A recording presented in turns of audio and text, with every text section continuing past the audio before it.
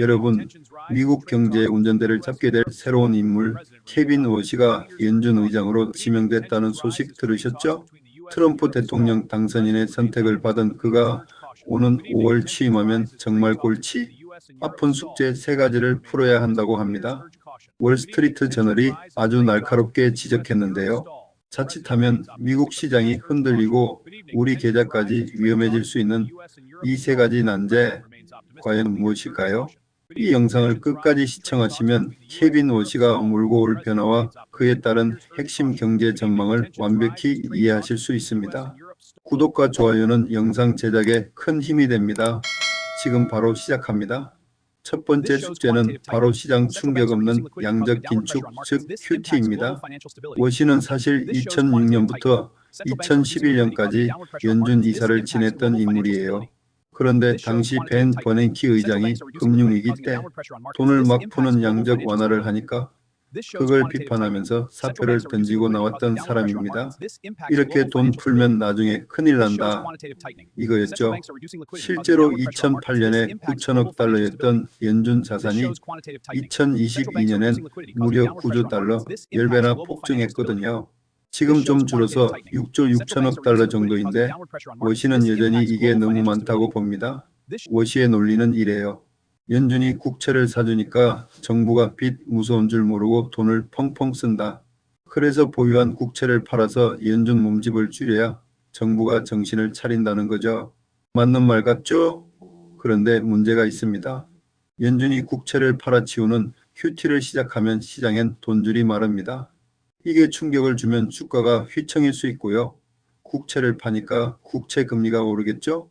그럼 누가 화를 낼까요? 네, 바로 빚내서 사업해야 하는 트럼프 대통령이 분노할 수 있습니다.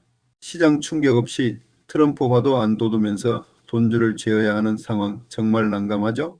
두 번째 숙제는 인플레이션 목표 달성입니다.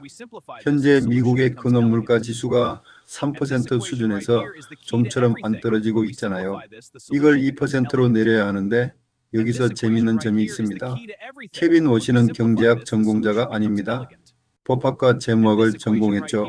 그래서인지 전통적인 경제학 모델을 믿지 않아요. 수요와 공급 곡선, 그런 거 말고 에너지 사용량, 원자재, 주가, 생산성 같은 걸로 자신만의 독자적인 모델을 씁니다. 심지어 기존 경제학자들을 길드라고 부르며 폄하하기도 했죠. 문제는 연준의 금리 결정 기구인 FOMC 위원 12명이 대부분 주류 경제학자들이란 겁니다. 워시가 내 모델이 맞으니 따르시오 라고 했을 때 이들이 순순히 따를까요? 게다가 워시는 과거에 연준 직원들 물갈이가 필요하다고 대놓고 말한 적도 있습니다. 내부 전문가들의 반발을 잠재우고 자기만의 방식으로 물가를 잡을 수 있을지, 이게 두 번째 관전 포인트이자 숙제입니다. 만약 실패하면 시장의 혼란은 불 보듯 뻔하겠죠. 마지막 가장 어렵고 중요한 세 번째 숙제, 바로 연준의 독립성입니다. 트럼프 대통령은 연준을 대통령 지시를 받는 부서 정도로 생각하죠. 대놓고 금리 내려라라고 압박할 텐데 워시가 이걸 막아낼 수 있을까요? 워시는 사실 매파, 즉 금리 인하보다는 물가 안정을 중시하는 성향입니다. 그런데 의장 자리를 따내려고 트럼프 코드에 맞는 발언을 해왔단 말이죠. 만약 물가가 다시 꿈틀대는데 트럼프가 금리 내려 라고 한다면 여기서 워시가 알겠습니다. 형님하고 금리를 내리면 어떻게 될까요? 연준의 신뢰도는 바닥을 치고 전 세계 투자자들은 미국 믿을 수 없다며 자산을 다 팔아치우는 셀 아메리카 현상이 터질 수 있습니다. 반대로 안 됩니다 하고 금리를 동결하면 파월 의장 때처럼 트럼프의 무차별 비난과 사태 압박에 시달리겠죠. 워시는 그야말로 진퇴양난, 외나무다리 위에 서 있는 셈입니다. 자, 정리해볼까요? 시장 충격 없는 긴축, 독자 모델로 물가 잡기, 그리고 트럼프에게서 독립성 지키기. 케빈 워시가 풀어야 할 이 3가지 숙제, 여러분은 그가 잘 해낼 수 있을 거라고 보시나요? 5월 이후 펼쳐질 미국의 경제 드라마, 저희와 함께 계속 지켜보시죠.